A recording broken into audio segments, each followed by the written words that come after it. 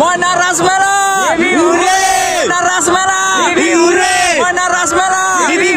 বন্ধুরা, আজকে হচ্ছে 22শে নভেম্বর 2024। বর্তমানে আমরা রাজার গড়ের যে খেয়াঘাট রয়েছে, খেয়াঘাটের সামনে দাঁড়িয়ে রয়েছে। আর আজকে দেখতে পাচ্ছ বন্ধুরা, জাস্ট ভিড়টা শুধু এখানে দেখো। এখনো পর্যন্ত মেলা চলবে এখানে হচ্ছে 1 ডিসেম্বর পর্যন্ত। তো রবিবার হলে সব থেকে ভিড় বেশি হয়। এবছর মাধ্যমিক এবং এইচএস পরীক্ষার জন্য কিন্তু মেলায় এখনো অনেকে রয়েছে যে ফাঁক সময় দেখে আসবে, টাইম ফাঁক করতে পারেনি।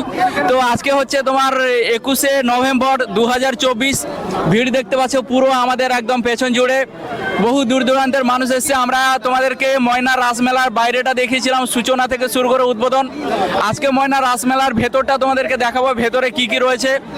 রাজার গড়ে এলে তোমরা কি কি দেখতে পাবে সেটাই দেখানোর জন্য আমরা এখন ভিড়ের মধ্যে রয়েছি। তো আমরা হয়তো আমি আর সঞ্জীব এখানে আছে দেখতে পাচ্ছ, আর আমাদের আজকে অনেকজন রয়েছে সঙ্গে দেখতে পাচ্ছ। অভিজিৎ ভাই আছে, আর এদিকে নন্দকুমার থেকে এসছে সুপ্রিয় এসছে। একটু কিছু বলো। এখানে দ্বিতীয়বার এসেছি, খুব ভালো লাগছে। আর আমার ভিড় দেখে ভয় পেয়ে গেছে। তো যাই হোক, মোটামুটি তো আমরা একদম গড়ের ভেতরে যাবো, গিয়ে কি কি রয়েছে ভেতরে তোমাদেরকে দেখানোর চেষ্টা করব। এই মেলা চলবে কিন্তু হচ্ছে এখনো 1 ডিসেম্বর পর্যন্ত।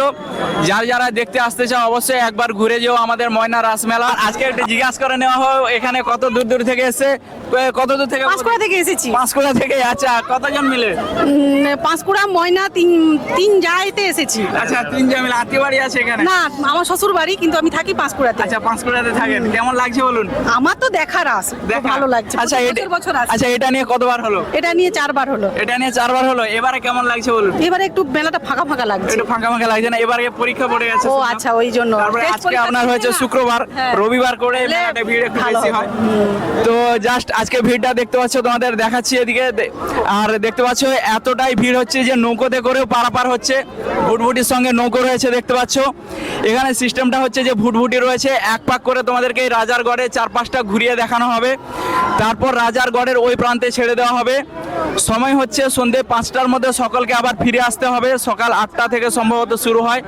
20 টাকা করে নেওয়া হচ্ছে ভুটভুটিতে পারাপার করার জন্য। প্রশাসনিক লেভেল থেকে স্যাররা এখানে রয়েছেন যাতে কোনো রকম সমস্যা না হয়।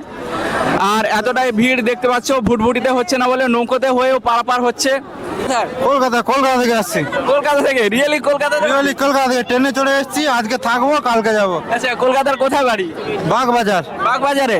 আচ্ছা, এখানে আত্মীয় বাড়ি আছে না? কোথায় থাকবেন? না, এই মেলাতেই থাকবো। এই মেলাতে?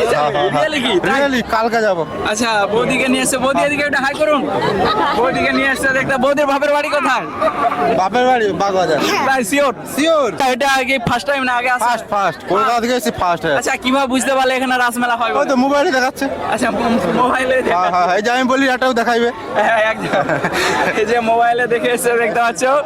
দেখতে দেখতে কথা বলতে বলতে চলে আসলো একটা ভুটভুটি একটা চলে এসছে দেখতে পাচ্ছ। আমাদের আগের টিপে যারা ছিল তাদেরকে এক পা ঘোরানো হয়ে গেছে।